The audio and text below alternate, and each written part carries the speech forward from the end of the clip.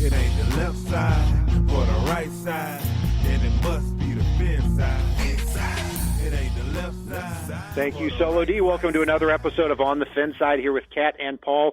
Follow us on Facebook, Twitter, Spreaker, iTunes, YouTube, iHeartRadio, and Spotify. I'm Brian Cat NFL on Twitter, and Paul is fanatic_pick. We are 11 weeks away from the NFL draft, 2 weeks away from the combine.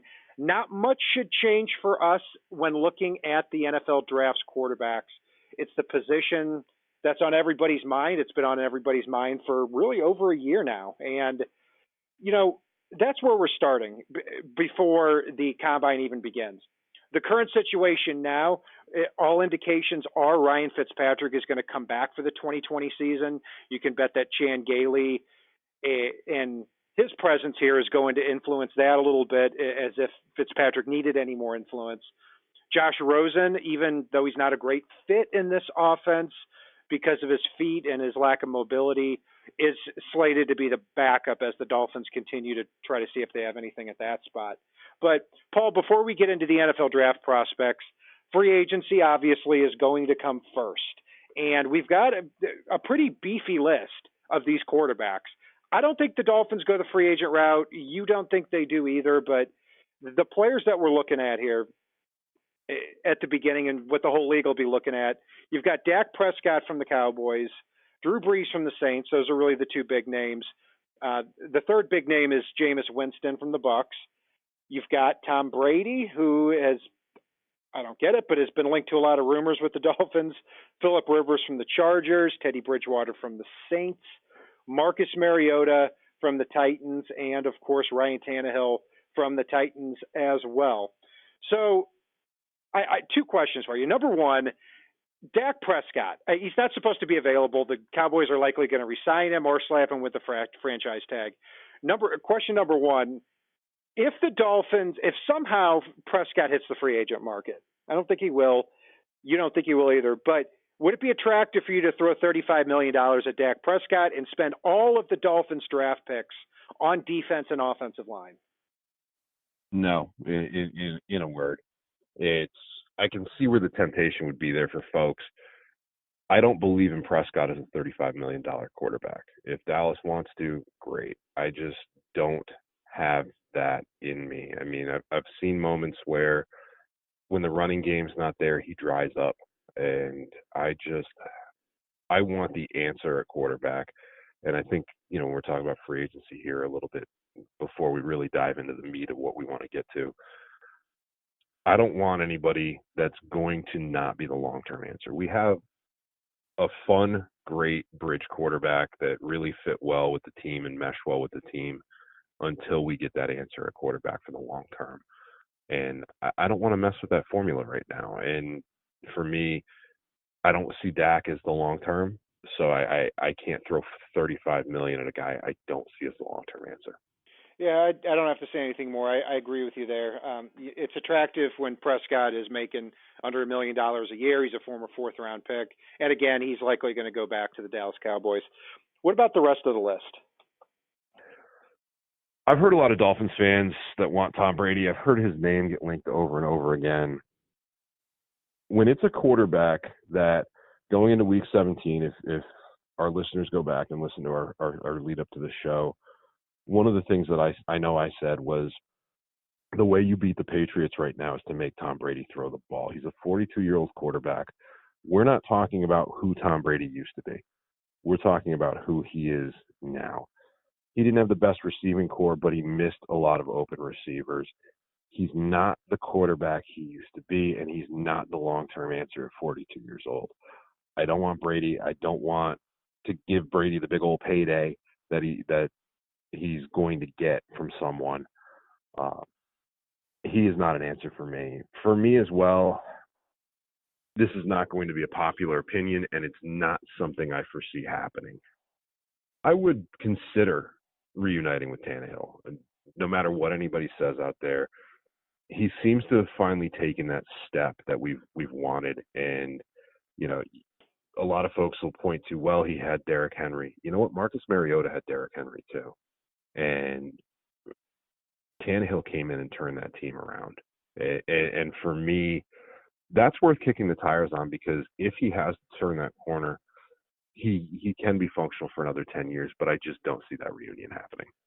Well, I don't either, and I'll go a step further with Tannehill, that if you had him here for 7 years and you traded him in a fourth rounder, or him in a sixth rounder for a fourth rounder, and then after that, if so you made that trade, and then you paid $18 million to get him out of the building. If Chris Greer turns around and walks back into Steve Ross's office and says, we need to consider Ryan Tannehill, he should be fired by the time he leaves that office.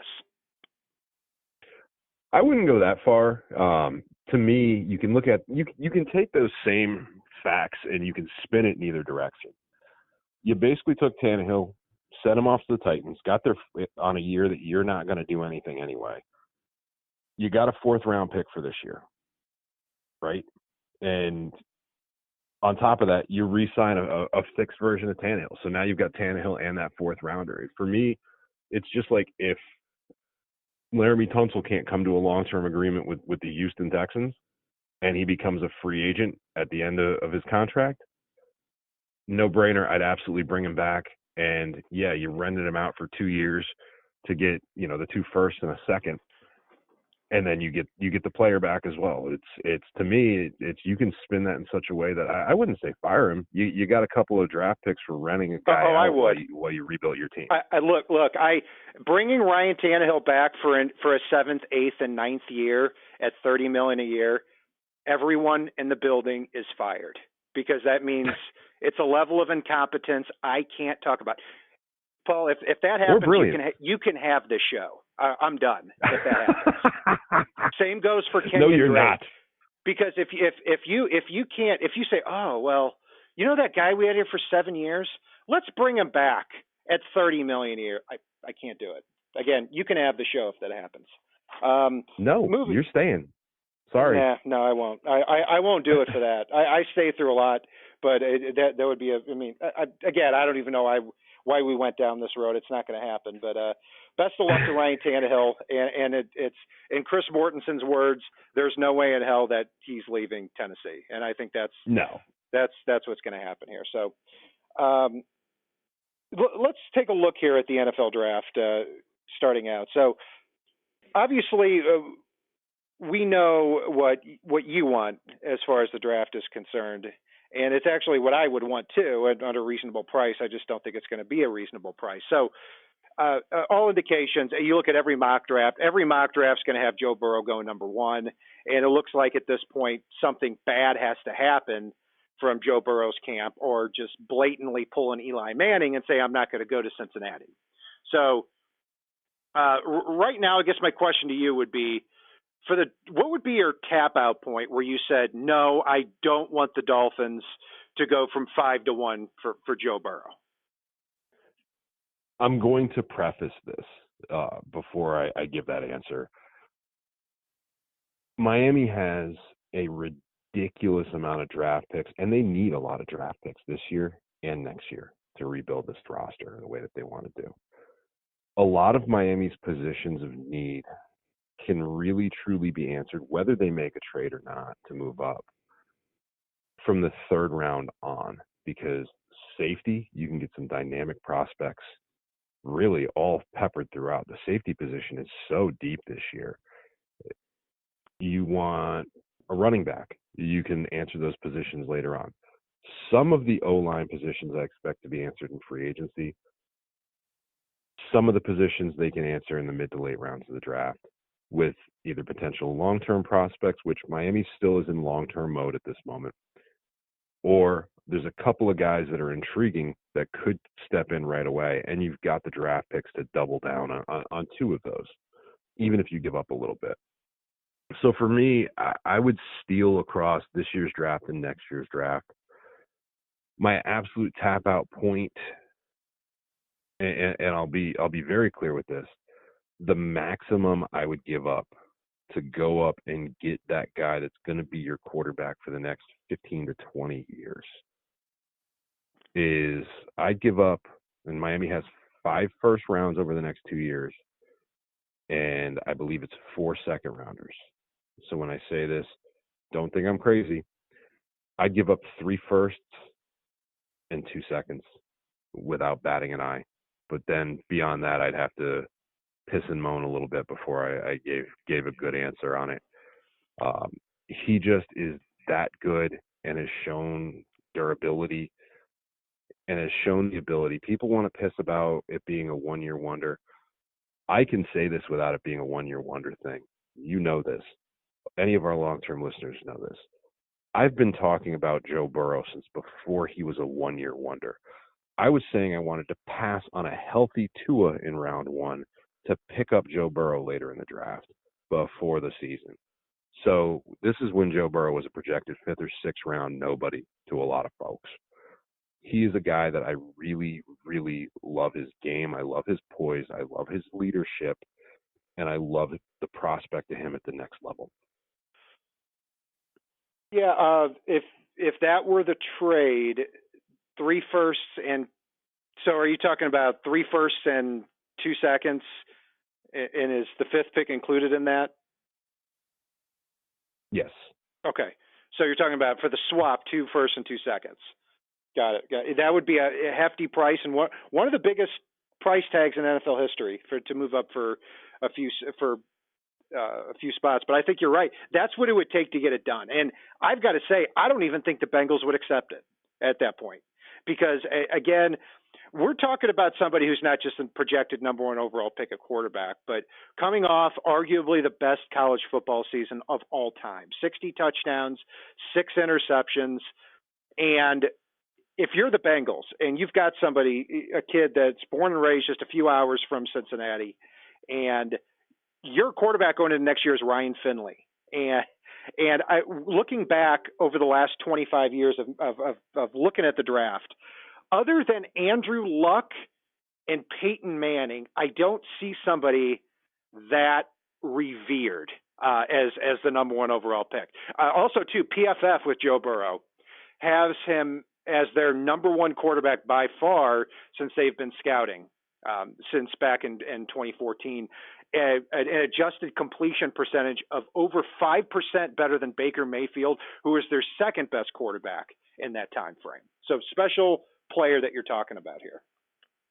Well, not only that, I mean, I retweeted out, somebody actually did the splits between the first and second half of games when LSU had such a massive lead that they let so far off the gas in second half of games. And they did his projected numbers over the course of a season if LSU didn't let off the gas. And we're not talking about against mom and pop colleges. We're not talking about, sleepaway camp schools here that he went up against. He went up against some of the best defenses in the country. His numbers when under pressure were so much better than anybody else in college football this year or for a while now. His adjusted stats would have basically just looked like the ones in a video game where the stats just stop adding up and they stop at all 9s. It's utterly insane what this man would have put up if they didn't let off the gas. And yeah, I keep hearing people do the bit about, he grew up in Ohio.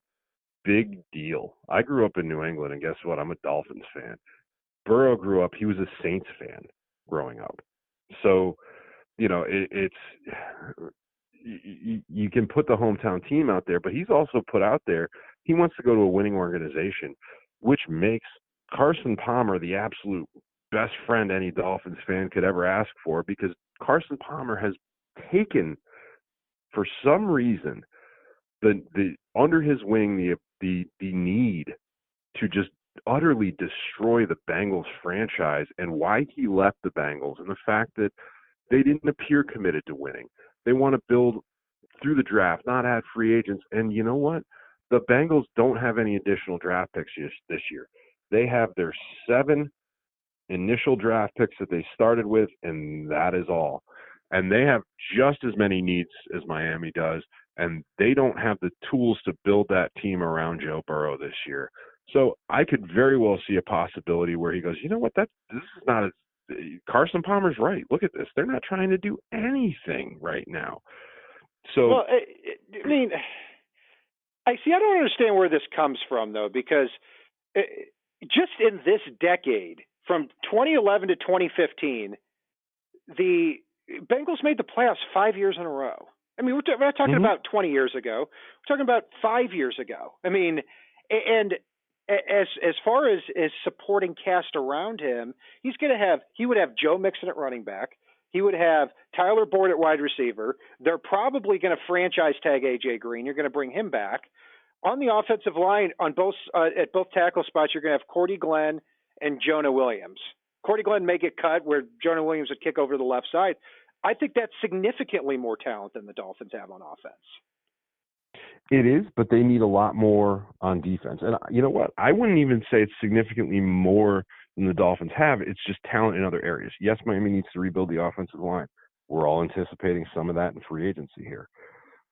Miami has a wide receiver core that basically has us looking at the draft going, well, you know, if the right guy is there that could be an upgrade, great.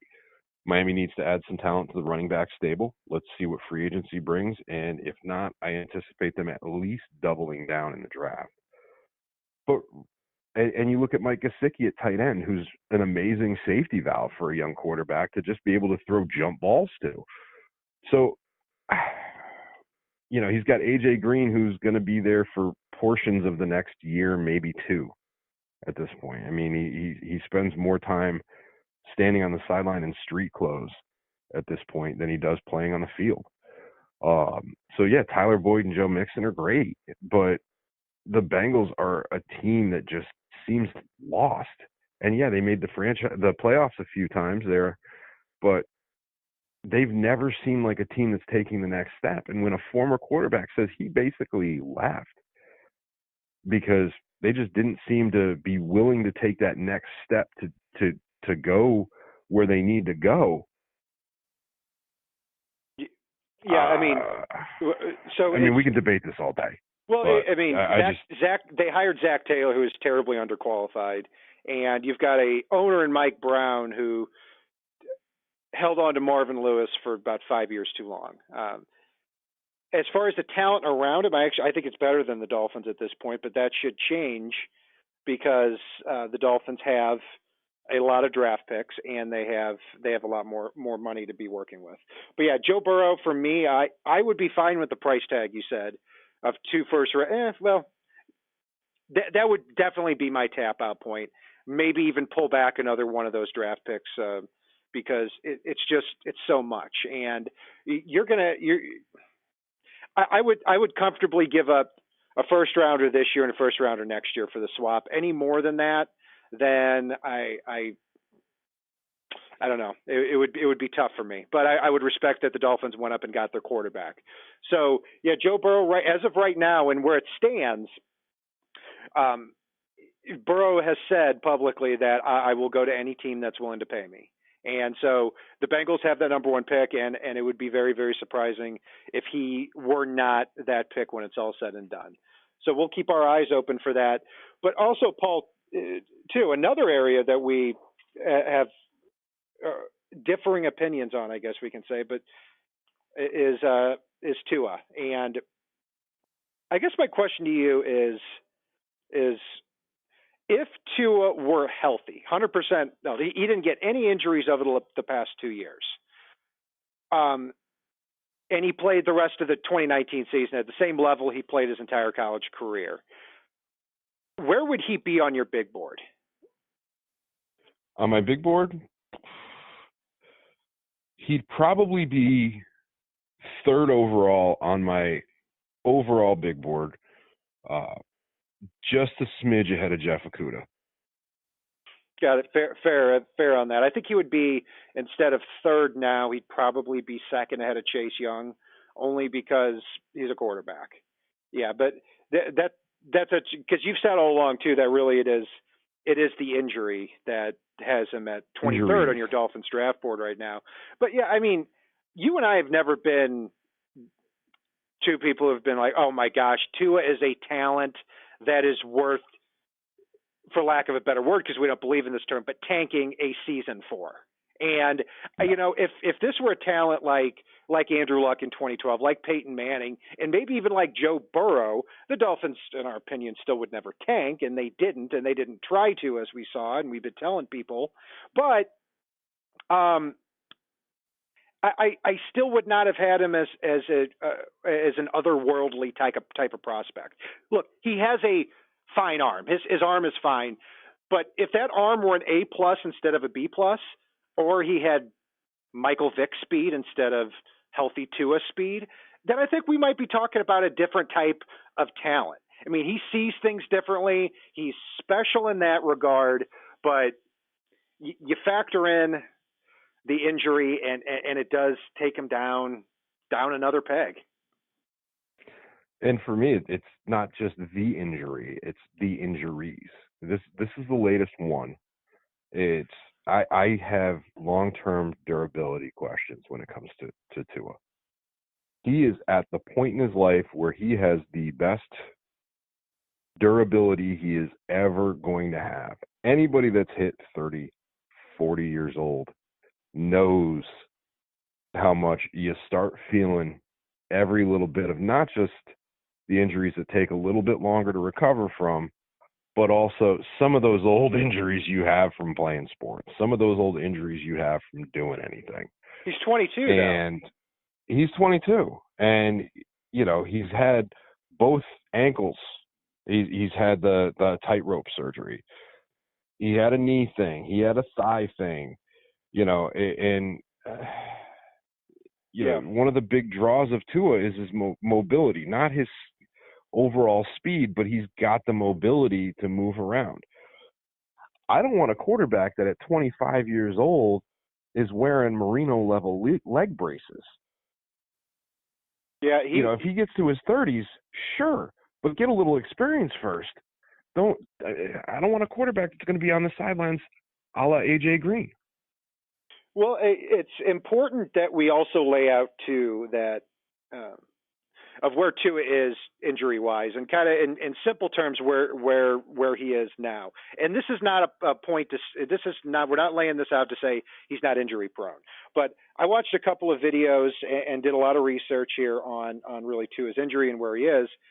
Chris Rayner and Brian Sutter, and you can look up these videos on YouTube, really explained the injury. And to go through it quickly, after Tua got hurt on the field, the first 6 hours are the most important because you got to get that hip back in, and they did a fantastic job of that in far less than 6 hours.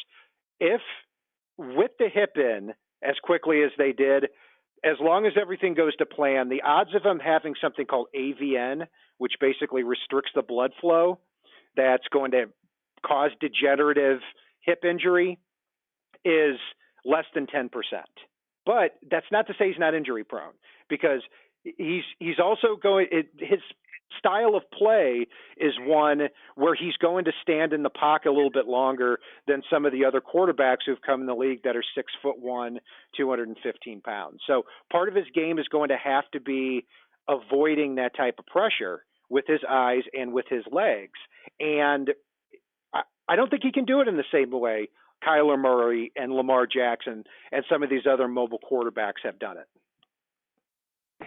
I'm with you. And for me, we have to remember that this is a ball joint.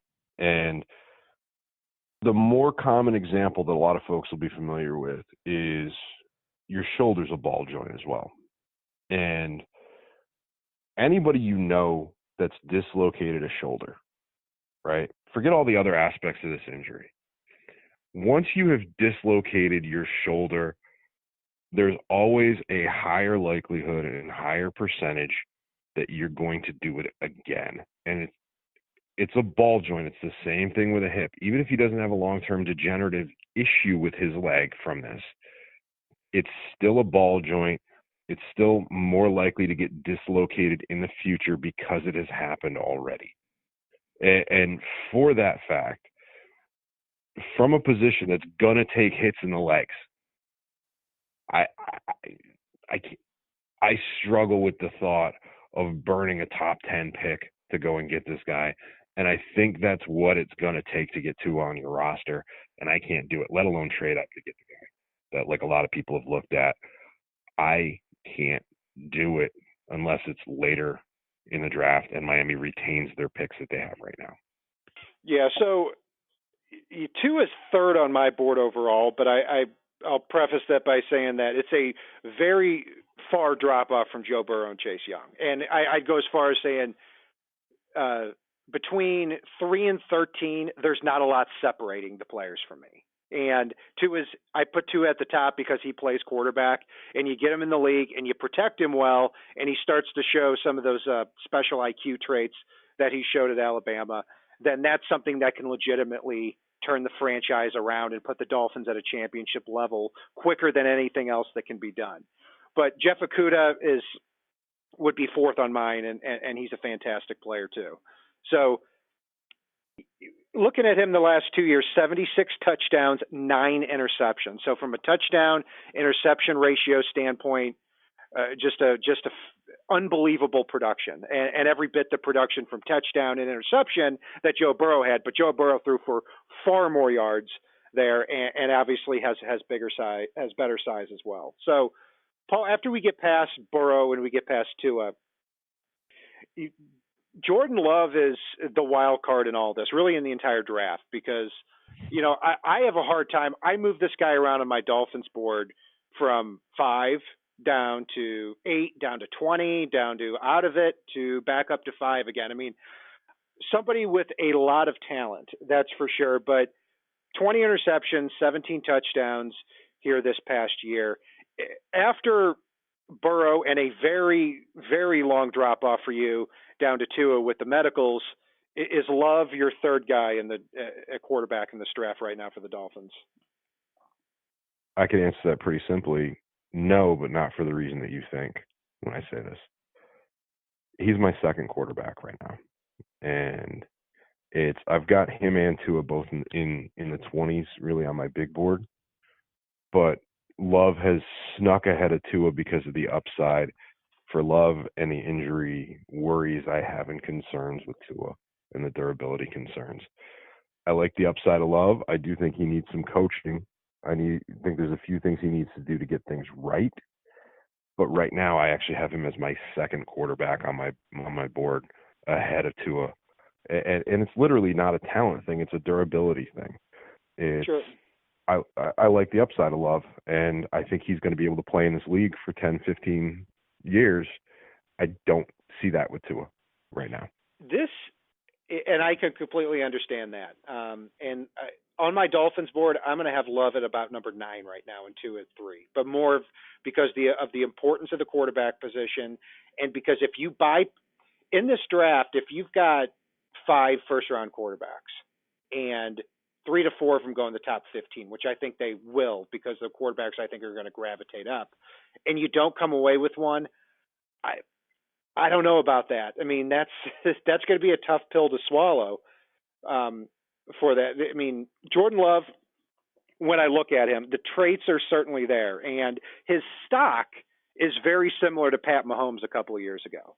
And back in 2018, his film was a lot better, but it's not a surprise because in 2019, he lost 9 of 11 starters along his group. And if you watch the games closely in 2019, the LSU game is a big example of that. I mean, it was at the end of the first quarter, it was a game we were expecting Jordan Love and Joe Burrow to be dueling in. Obviously, Burrow trounced him with the rest of his team.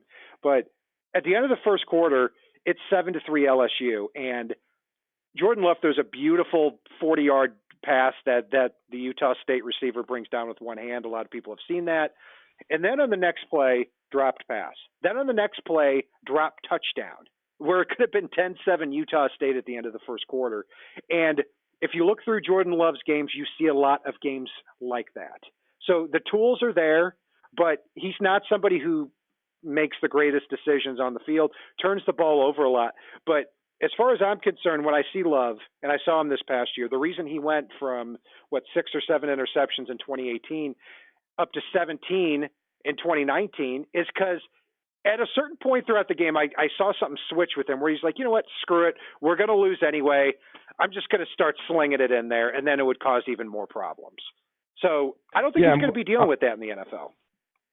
I don't either, and I'm glad you brought that up with Love because I had an exchange with CK about it, and I think we were both on the same page. And for those that are listening, I'm sure you're familiar with CK Parrott, but if not, give him a follow. The guy's an awesome guy. We've had him on the show a number of times. He usually has great breakdowns on things, even if you don't agree with him. For me, Love is the opposite of everything Herbert, and I say this in a good way when I say it. Love threw so many balls that should have been caught that weren't where a defender could get the ball. And his receivers just let him down. And, yeah, he started pressing as the games went on. His interception totals went up. But there's a reason for that, and I think it's the talent around him. And you look at Justin Herbert, who I know I'm talking about a little early, is last on my top 7 quarterback list. Justin Herbert threw so many balls that shouldn't have been caught, that should have been interceptions and weren't. That's why he is so far down my list, even though I've seen him going in the top 5 on a lot of mock drafts out there. I think the product of the talent around them has skewed Justin Herbert and Love so much for a lot of folks, when really it's not them, it's the talent around them that has made them look a little better or a little bit worse than people would expect. So Herbert, you have Herbert below Jalen Hurts. Yes, I do. Wow. Well, I don't want him at all, but I put him on here. Hey, look, I fair enough. I mean, I've got Herbert 5th behind Jacob Eason, and I think where we disagree a little bit on Herbert is I think he makes bad decisions. I don't think he's an interception-prone quarterback, and I think he's going to be. I mean, that to me is a far leap, because when I watch his game, I see a lot of mistakes, and I see a lot of those mistakes built around him being so risk adverse on a down-to-down basis. But in the last couple of games in his career, he started forcing the ball in there a little bit more, and that's where you saw a lot of dropped interceptions. So I can understand where you'd make that projection. Throughout the rest of his college career, didn't throw a lot of interceptions, and the problem I have with him too is that this past year, according to PFF, second among all college football quarterbacks in the yards got off screen passes. And there's nothing wrong with the screen pass, but if we're judging this guy based on an evaluation, I want to see him seeing the field quickly, drilling the ball in there. He had a very good week at Senior Bowl. Good for him on that, but to me, not enough to raise things up. Furthermore, when you look at the hire of Chan Gailey, it would really make no sense, because this is an offensive coordinator who works almost exclusively with mobile quarterbacks. Justin Herbert had one of the best offensive lines in college football too, and unless the Dolphins can land, 2 or 3 Pro Bowl offensive linemen in free agency, I don't see them making that quick turnaround on the line. So he's already starting his career with the Dolphins not as well protected as he was at Oregon. And we saw the energy and the pocket mobility of Ryan Fitzpatrick this past year. Herbert brings none of that. He doesn't bring the pocket mobility. And Todd McShay, I was listening to his podcast the other day, and he said that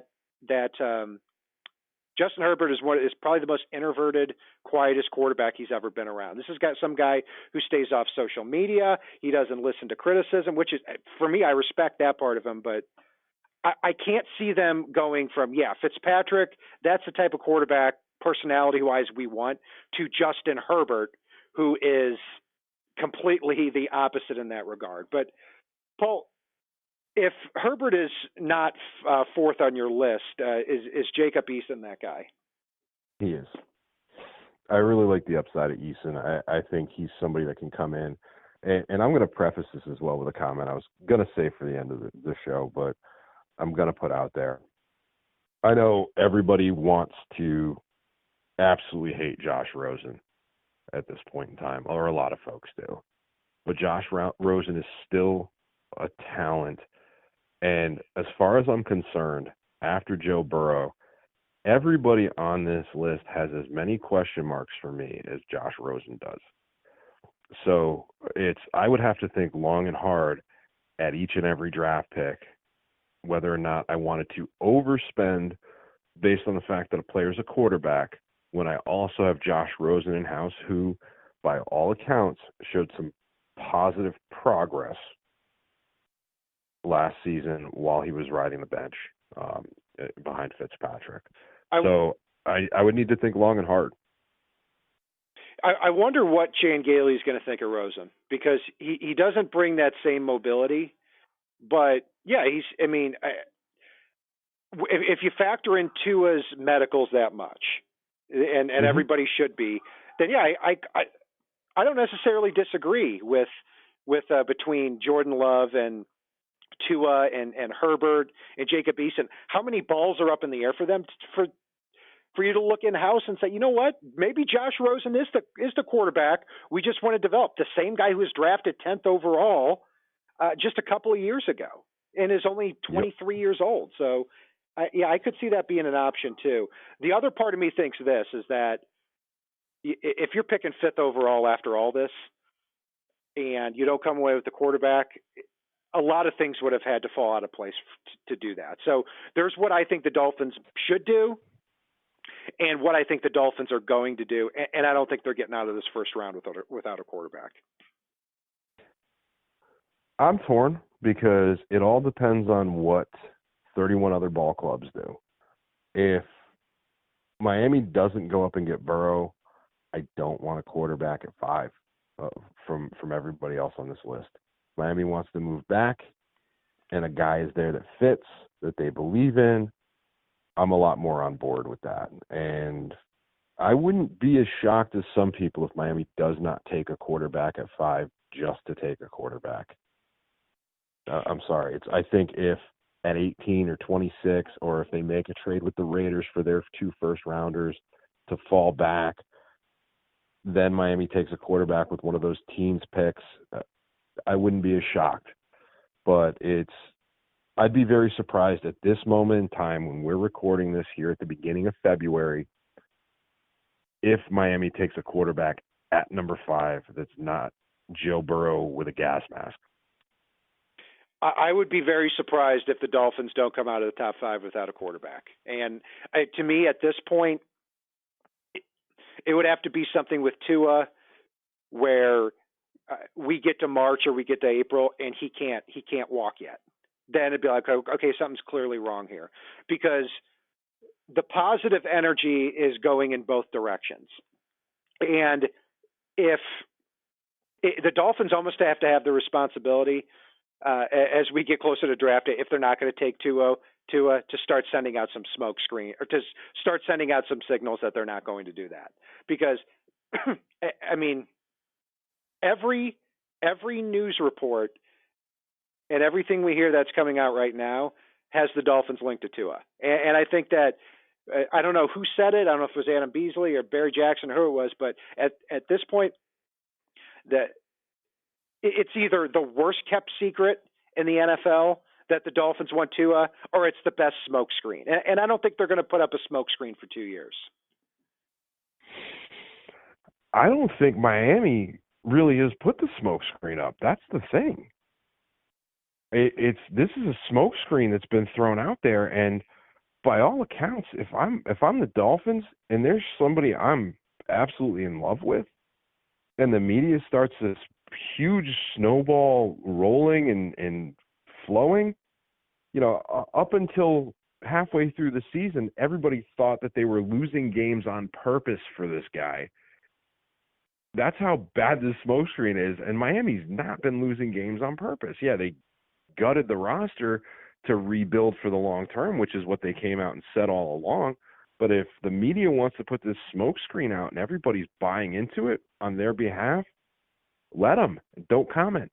That's like the best thing ever. You didn't have to do anything, and it feels like everybody got into your diary when they really didn't, and is putting out there that you want this, you want that, and you're putting the panic out there for San Diego to trade up ahead of you and maybe knock a Jeff Okudah or a Chase Young down to you within striking distance. Yes, please, all day. Yeah, that's certainly another way to look at it. And I believe that when they hired Chan Gailey, part of what was mixed in there is we're either taking Tua at 5 or we're taking another quarterback. That's the way I look at it now. It's not to say that's what I would do, but I think that's how the Dolphins are going to end up looking at it. So time will tell because we're going to know in the next 2 months. But circling back on Jacob Eason, and I'm with you too on this, is when we start getting down to, I mean, your cutoff point is after Joe Burrow.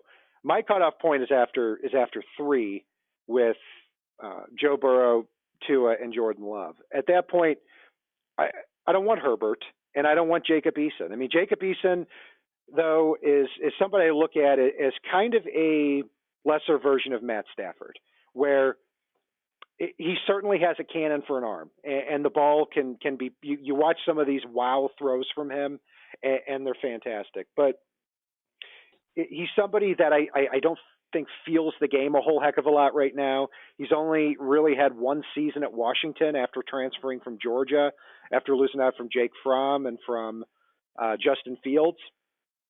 So, you know, I think Eason could go anywhere from mid-first round to the third round, but I wouldn't really see the point of the Dolphins having Jacob Eason and Josh Rosen as developmental quarterbacks on the same roster, and you're not sure if either of them is the answer.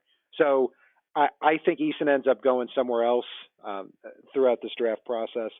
Jake Fromm from Georgia is somebody that some Dolphins fans really like, some that they want nothing to do with.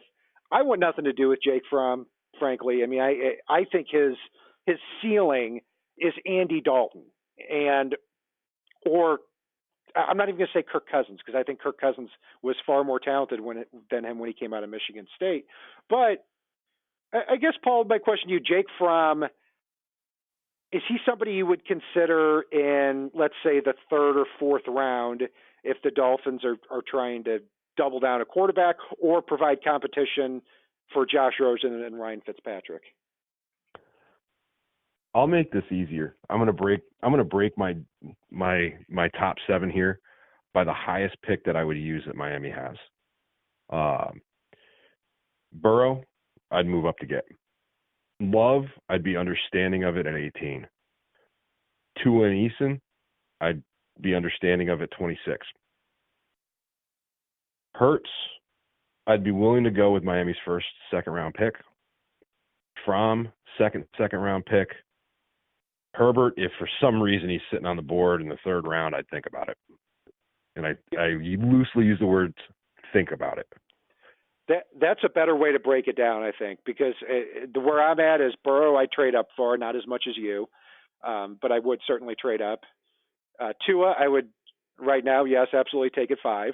I may get there with Jordan Love too, and I don't think you should play games at quarterback if you're sold on either Tua or Love. Then from that point, Justin Herbert or Jacob Eason, if either one are available at 56, which they won't be, especially Herbert, that's what I would consider him because you have no pressure on you whatsoever to perform. But I do think Herbert ends up going in the top 15 picks. Jake Fromm, I would not take until the 4th round. Jalen Hurts, I would not take till the 5th round. Jalen Hurts is a talented quarterback, but I can't unsee what I saw at Alabama as well as the last 2 games for him at Oklahoma when he actually got outside the Big Ten and played some NFL-level competition. Hurts has the skill set. I mean, in a lot of different regards. He's 6'2", 220 pounds, great athlete at the quarterback spot, and he's actually powerful when he tucks the ball down and runs. So he's got a different skill set. One thing he doesn't do, he is allergic at this point in his career to stepping up in the pocket. Now, it's quite possible that changes when he gets to the NFL and he gets some NFL coaching. I don't think he has the instincts right now to play the quarterback position. So therefore he falls into the developmental territory. The Dolphins are expected to have, I think, 4 picks between 130 at the end of the 4th round and 170 by the end of the 5th round. If you're talking about Jalen Hurts in that area, I'm totally fine with it.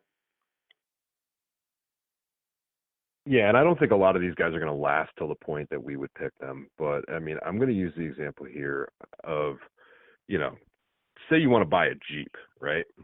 And I know this is going to sound goofy to a lot of folks, but say you want to buy a Jeep. You got to wait until one's in the right price range for you. You don't buy, something with a different name that is kind of crap and sit with it. If you want that particular car, it doesn't matter what color it is, it doesn't matter which model it is, that's the car you want. Wait until you can get it for the right price. That's my thing with the quarterback position. As much as I want a quarterback, I don't want to just take somebody because they're a quarterback beyond what their value is. And a little bit, sure, go up and get them if you believe in them. But if you don't, if you're not sure, and you've got this is my tap out point for this particular player, and somebody else out there is willing to overpay for them, at that point in time, if you have a tap out point for those players, that's not a player that you believe is fully the answer.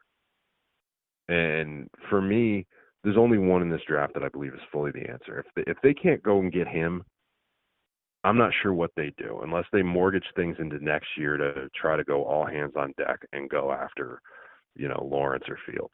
Yeah, and we could.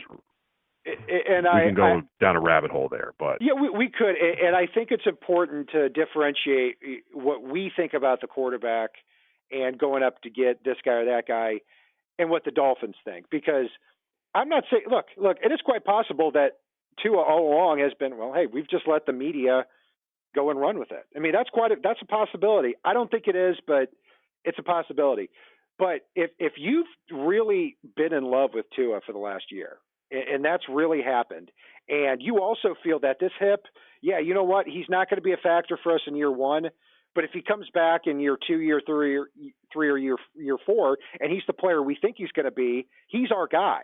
And if that's the case, and then you don't want to go up from 5 to 3, because, we can't part with a first or second round pick, even though we got this war chest to get the quarterback, that would be confusing for me, the logic behind that from the team's perspective. So, yeah, I don't know. But and also, too, we might get here in March or April and Tua's not even walking yet. And we're like, okay, something's wrong here. At that point, I'll tell you this, I will take him completely off my board. If there's any hiccup here in the next couple of months, 100%, I don't want to draft him at all.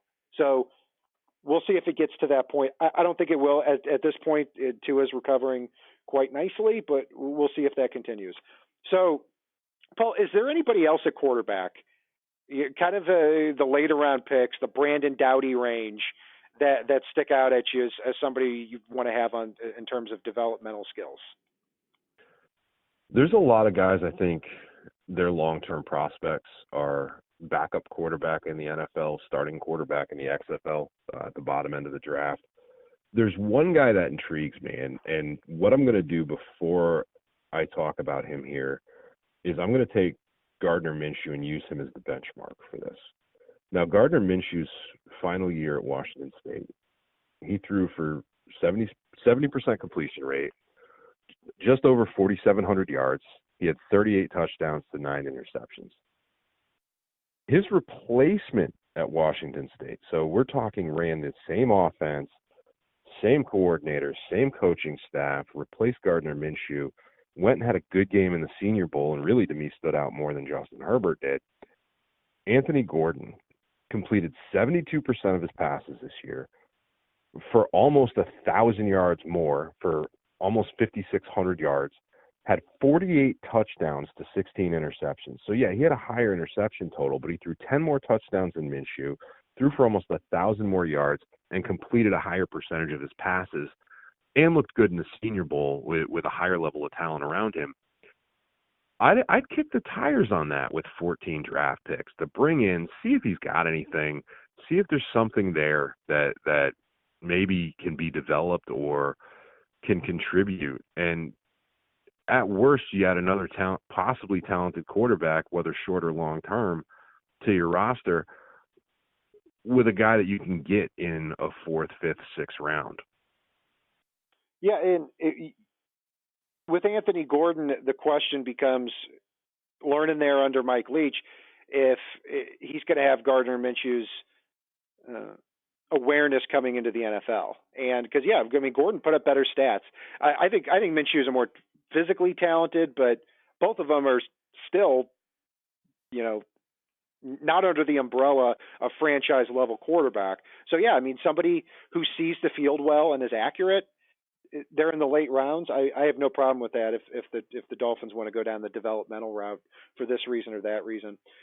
Nobody really jumps out at me in the rest of the draft here. I mean, after the first few, I think we've all got them ranked lower than we would take them, which that's the crux of the reason why it pushes Tua and Love up the Dolphins draft board more for me, because I don't want any of these guys really after him all that much. But somebody in the later rounds in that same area is somebody that was very good at East-West Shrine, and that's James Morgan from Florida International. I watched a couple of games from him. He certainly has the size and the arm strength profile, and if he went and played at East-West Shrine game and took that up to another level, this could be a player that's rising a little bit more. I kind of want the big arm if we're talking about a late round type of prospect. Nobody else really jumps out for me. So some other guys that'll be possibly drafted. Nate Stanley from Iowa looks like a Mason Rudolph with worse feet. That's scary at 6'4", 242. Cole McDonald from Hawaii came out early. I don't think he should have. Looks undersized, guides the ball, not much natural arm strength. I'd pass on him. Shea Patterson is somebody who looks like everyone's been talking about for years, but I think he ends up being an undrafted free agent. Went to Senior Bowl week, didn't raise any eyebrows on that. So anything else to add to this show, Paul? We've covered a lot of different theories and a lot of different players here throughout the last, half hour, 45 minutes here. Yeah, I'm glad you brought up Morgan, because he was a guy that I had behind Anthony Gordon. If Anthony Gordon hadn't been out there, Morgan probably would have been my guy. So I'm glad you brought him up. But again, I do see a little bit of a gap between Gordon and Morgan, and that should tell you everything you need to know there. And for me, I know a lot of folks are going to hate the fact that I'm not even debating Tua over Love at this point. I'm debating Tua over Eason. Whether he's walking, whether he's cutting, whether he's anything, for me, it's just a long-term durability issue with Tua. It's not a talent issue. It's not a leadership issue. I think that the two quarterbacks in this draft that have the intangibles, not just the on-the-field, statistical performance piece, are Tua and Burrow. But unfortunately, barring a catastrophic unforeseen injury with Joe Burrow, I don't see the possibility that he could end up, with a limp at 25 that's permanent.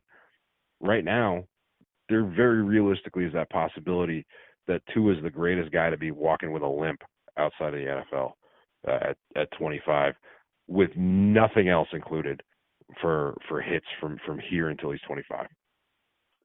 Well, right now, it's under a 10% chance that it's anything he has is degenerative. But that doesn't mean that he's not going to get hurt along the way. I mean, and I accept the argument that over 2 years, the guy got hurt this much. When he gets to the NFL, it's going to be even worse. I could see that happening, and it's still something me at 5, I'm willing to roll the dice with, because I think if you get Tua in here and he is the player that he was and has been projected to be when he's on the field, that is one thing that can legitimately turn your entire roster around. That will do it for our breakdown of our look at the quarterback spot as we approach the NFL draft. We're 11 weeks away. Some of this may change, some of it may not. Obviously, it will change drastically if there are any hiccups with Tua's progression here from a medical perspective. You can find Paul and I on Facebook, Twitter, Spreaker, iTunes, YouTube, iHeartRadio, and Spotify. I'm Brian Cat NFL. Paul is Fanatic_pick. And if it's not on the right side and it's not on the left side, it is on the fin side. So, LaD, take us home. It ain't the left side or the right side, then it must be the fin side. Inside. It ain't the left side or the right side, then it must be the fin side. Listen, Dolphins fans across the land all tune